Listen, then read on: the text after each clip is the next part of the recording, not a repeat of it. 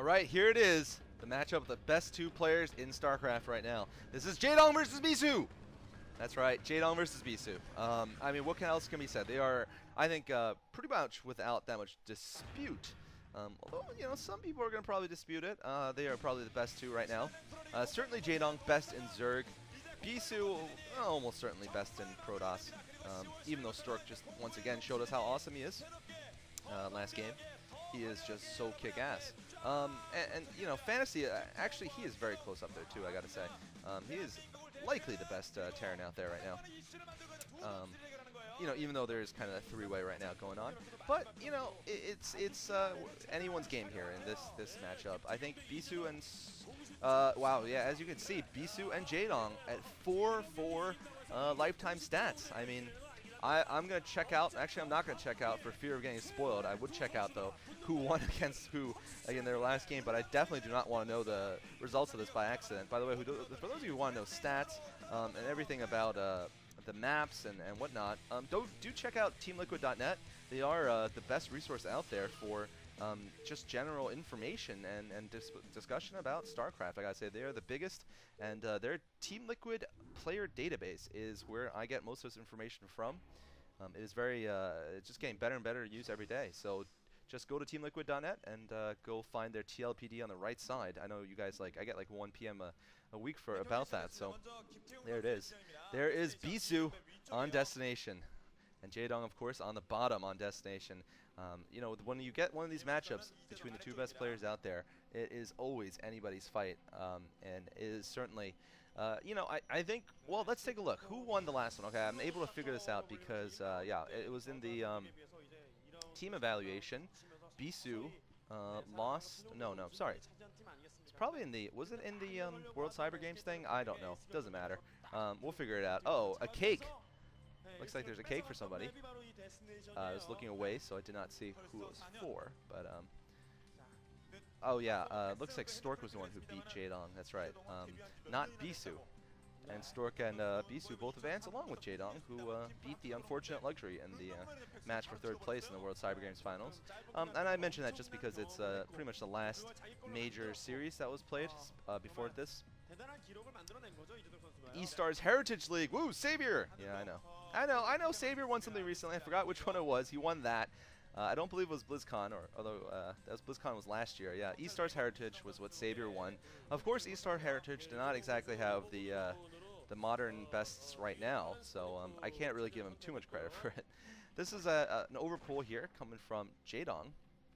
Going to put up a little bit of early pressure, perhaps, with some speedlings, or maybe just going to get some protection against possible zealots, and perhaps force Bisu to change his build order up. Although I don't think so. I think Bisu probably is going to go just for Forge, Nexus, Cannons. Yep, that's going to be the case most likely. It's not going to change his build order very much from what it would have been anyway, had he not scouted the standard. So, you know, that's the thing about the overpull. It kind of becomes slightly detrimental to Zerg depending on how it plays out afterward. And Bisu might do that little bit up. Yup, there we go. That's what I was thinking. He's going to do a pylon block. And that's going to, since he started off with a stronger economy, well, he's going to have a strong economy. That's actually going to hurt Jaedong significantly more than if Jaedong was going for like a slower build, more macro-oriented build. Because if he was going for, say, a 3-hatchery, 12-hatch build, he would just plant his other hatchery in an off position, and he would have more drones anyway earlier on. So this is basically, he's increasing the ratio of advantage he has slightly there. All right, actually, Bisu has actually gone against what I thought, and he's actually gone for cannons first there. Perhaps it's because of his destination, perhaps because, I don't know. I mean, after an overpull, in general, you can go for Nexus before the 2 cannons, but it seems that Bisu is playing it a little bit safer than I would expect.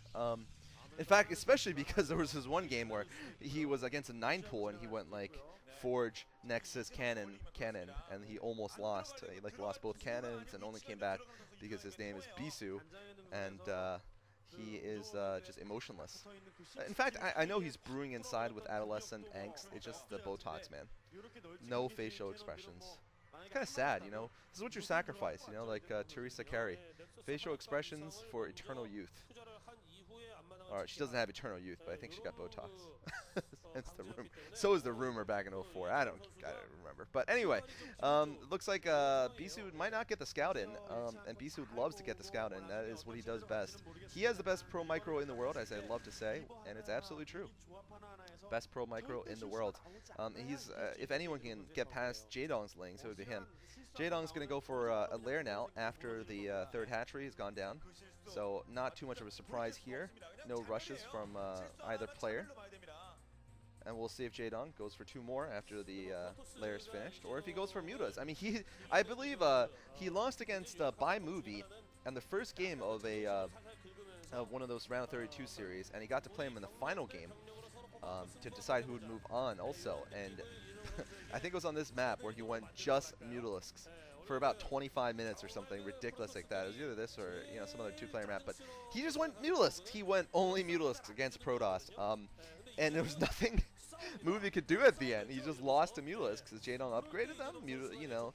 They were somehow unable to be stormed, or he was able to kill all the Corsairs with Scourge. He was able to pick off the High Templar before they could become Archons. Even after they became upgraded Archons, he was able to pick them off because his name is Lee Jaedong.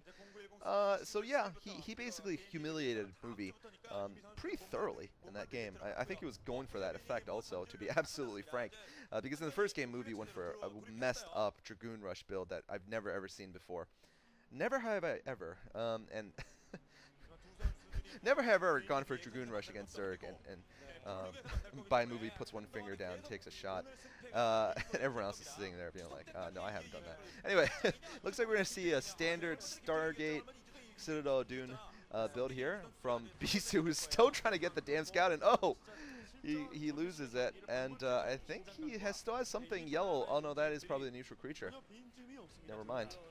So he is not going to have a great idea of what exactly is going on until that Corsair comes out, and Bisu loves to know. Now, Jaedong might be going for that assimilator or a run by. It's possible he's going for one of the two. I think the cannon might be in position to cover the assimilator, but we're going to see what he decides to do here. That assimilator could be under attack because it is usually out of range of cannons.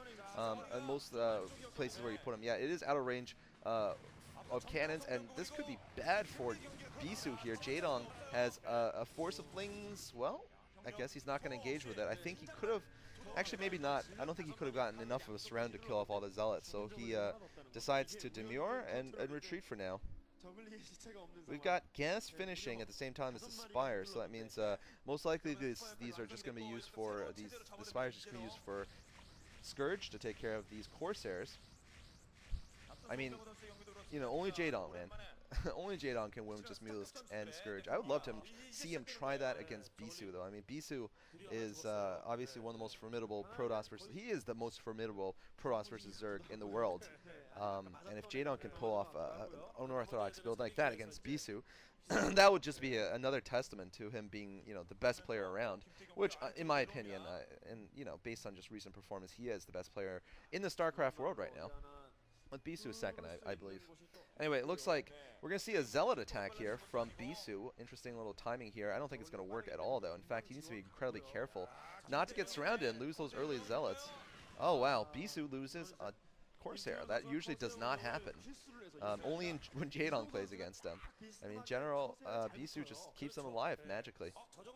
Alright, Bisu has speed, though. He got speed very early here. So he might get in and actually do some damage. I'm not sure if he has +1 coming or not. I don't think it's a +1 build, though. If he had +1, I'd say he could be guaranteed to take down this base. But